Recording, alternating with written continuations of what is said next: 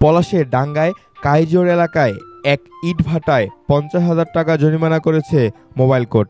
নরসিংদীর পলাশে অবৈধভাবে মাটি কেটে গ্রামীণ রাস্তা ভেঙে ফেলা ও জেলা প্রশাসনের ছাড়পত্র না থাকায় এমকেবি নামে এক ইটভাটাকে 2.5 টাকা জরিমানা করেছে মোবাইল কোর্ট। মঙ্গলবার দুপুরে পলাশ উপজেলার ডাঙ্গা ইউনিয়নের কাইজোর এলাকায় যৌথভাবে এ অভিযান পরিচালনা করেন পরিবেশ অধিদপ্তর নরসিংদী ও পলাশ উপজেলা প্রশাসন।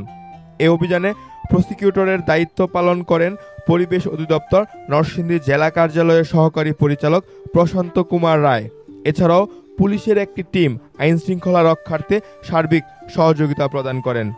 নির্বাহী ম্যাজিস্ট্রেট ও উপজেলা সহকারী কমিশনার ভূমি AHM ফখরুল হোসেন জানান, দুপুরে ডাঙ্গার কার্জোর এলাকায় মোবাইল কোর্ট অভিযান পরিচালনা করা হয়।